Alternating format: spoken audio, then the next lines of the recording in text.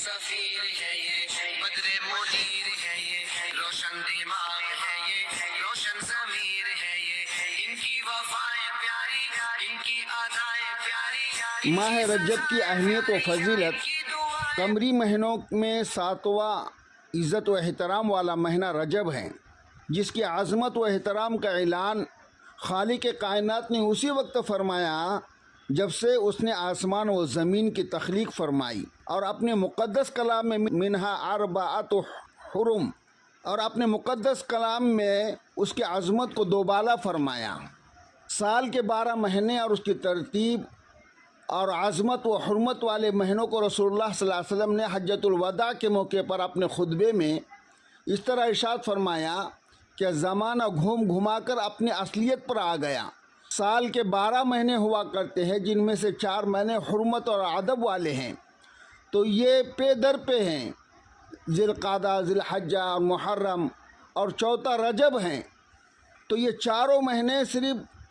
ایمان والوں کے پاس ہی نہیں بلکہ اہل کفار مشرکین بھی اس کا بہت بڑا احترام کیا کرتے تھے۔ انبیاء سابقین میں بھی اس کی بہت عظمت تھی۔ اہل مکہ ایمان سے کورے تھے، سب کچھ جہالت تھی ان کے اندر بھری ہوئی، لیکن جیسے ہی رجب کا مہینہ آتا یا ذی القعدہ، ذی الحجہ اور محرم کے مہینے آتے، اس کے اندر وہ اپنی قتل و غارت، لڑائی جھگڑے وغیرہ فضول کام کو بند کیا کرتے تھے۔ یعنی مشرکین کے اندر بھی اس کی عظمت تھی۔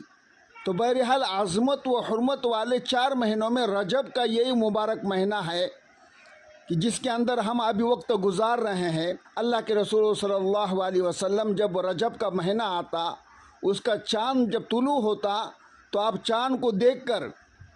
رسول اللہ صلی اللہ علیہ وسلم یہ دعا پڑھنے کا اہتمام فرمایا کرتے تھے: اللہم بارک لنا فی رجب و شعبان وبلغنا شہر رمضان، یعنی یا اللہ ہمارے لیے رجب و شعبان میں اتنی برکت عطا فرما کہ رمضان تک ہماری عمر دراز ہو سکے۔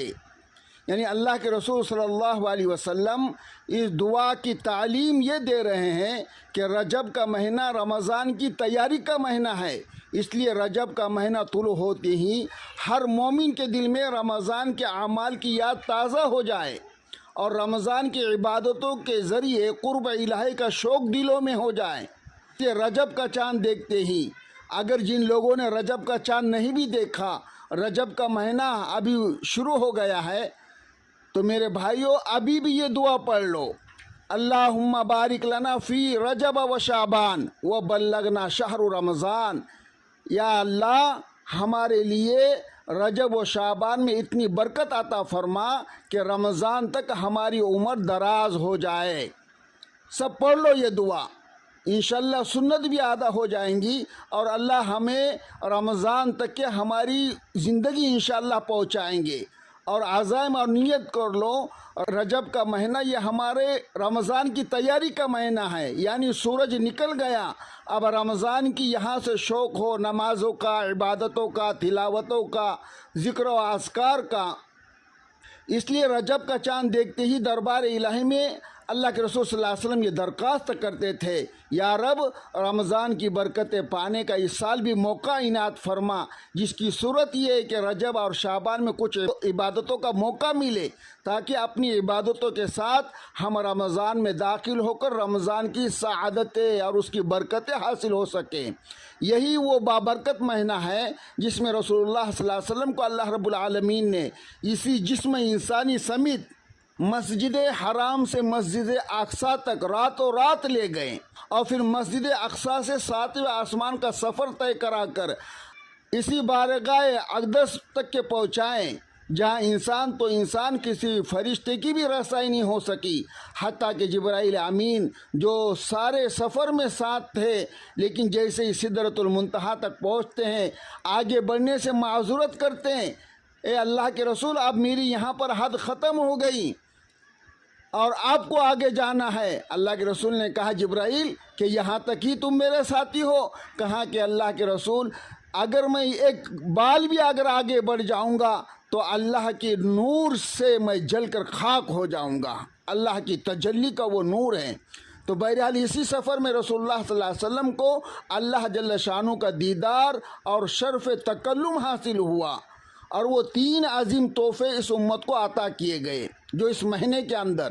جو معراج کا تحفہ کہلاتے ہیں۔ معراج میں صرف نماز ہی نہیں ملی، بلکہ نماز اور سورہ بقرہ کی آخری آیت، اور یہ جو اللہ کے ساتھ کسی کو شریک کیے بغیر اللہ کے دربار میں حاضر ہوں گا، اللہ تعالیٰ اس کی بخشش اور مغفرت فرمائیں گے۔ یہ 3 باتیں اللہ کے رسول صلی اللہ علیہ وسلم کو معراج کے اندر ملی ہے۔ ایک تو نماز ملی، دوسرے سورہ بقرہ کی آخری آیت، اور یہ اللہ رب العالمین نے وعدہ فرمایا، اے میرے محبوب، تمہاری امت کتنی بھی گنہگار ہو جائے، اگر وہ سچی توبہ کر لیں گی، میرے علاوہ کسی کو شریک نہیں کریں گی، تو میں اس کی بخشش اور مغفرت فرما دوں گا۔ بہرحال یہ سب وہ خصوصیات ہیں جو ماہ رجب کو دوسرے مہینوں سے ممتاز کر دیتی ہیں۔ اللہ رب العالمین ہمیں شب رجب کی قدردانی کرنے کی اور ابھی سے رمضان کے لیے پوری تیاری کرنے کی توفیق عطا فرمائے۔